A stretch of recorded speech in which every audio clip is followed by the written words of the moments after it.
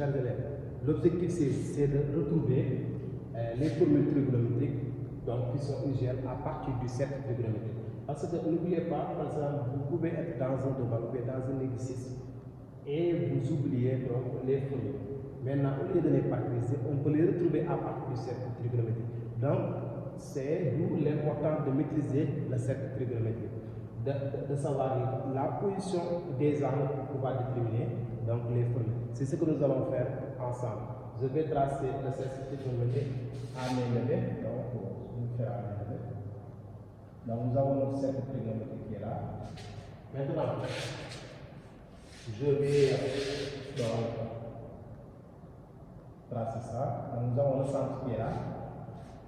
Et donc, ici, les angles sont en radian. D'accord? Alors, ici, nous avons ici les cosinus qui sont positifs, cos d'alpha, et nous avons les sinus qui sont positifs. Alors, nous avons ici moins sinus d'alpha, et nous avons ici moins cos d'alpha. Alors, les cosinus positifs, c'est-à-dire l'abscisse, c'est cet abscisse-là, les cosinus sont positifs, donc cos d'alpha. Ici, c'est moins cos d'alpha. Ensuite, nous avons ici sinus d'alpha et moins sinus d'alpha. Donc, c'est la base. Alors, connaissant donc, la position de cosinus et de sinus, donc nous allons essayer d'utiliser ça pour déterminer les formules. Alors ici, qu'est-ce qu'on a dit? On a dit que cos de moins alpha. Alors il faut comprendre aussi la position des angles. Ici nous avons, par exemple ici, si vous avez un angle alpha qui est repéré ici, donc là, en position M, d'accord? Donc ici, donc, nous avons les alpha qui sont positifs, et vous avez ici moins alpha.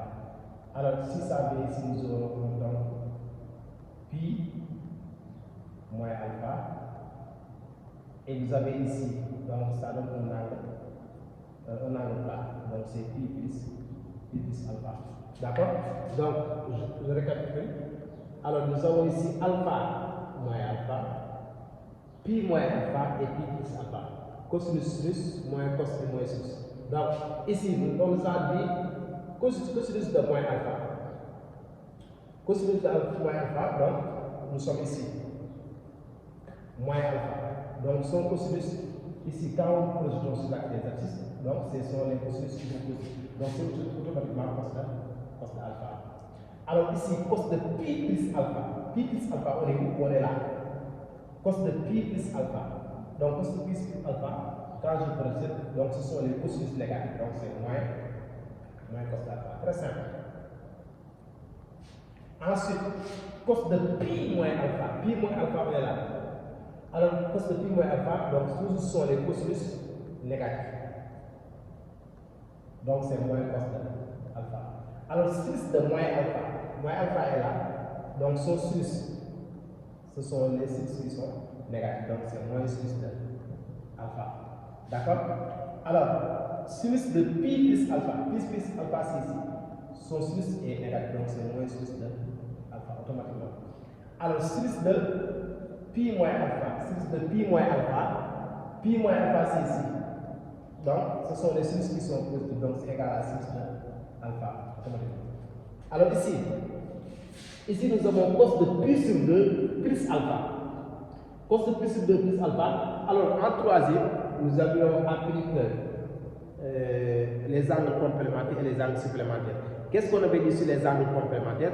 On avait dit que si deux angles sont complémentaires, le cosinus de l'un et le sinus de l'autre. D'accord? Ici, nous avons cos de pi plus alpha. Maintenant, pi plus alpha, cos de pi sur 2 plus alpha. Maintenant, pi sur 2 plus alpha, nous allons voir quel est l'angle complémentaire à pi sur 2 plus alpha. Alors, ici, pi sur 2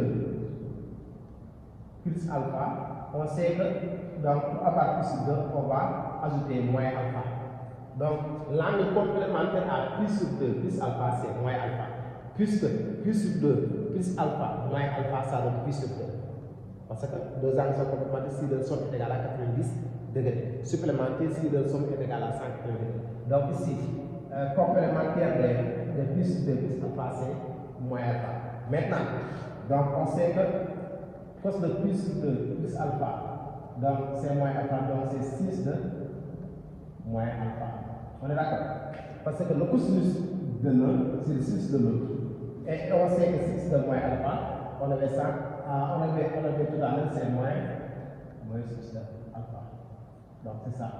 Alors, plus sur 2, 6 de plus alpha, son angle complémentaire c'est moins alpha.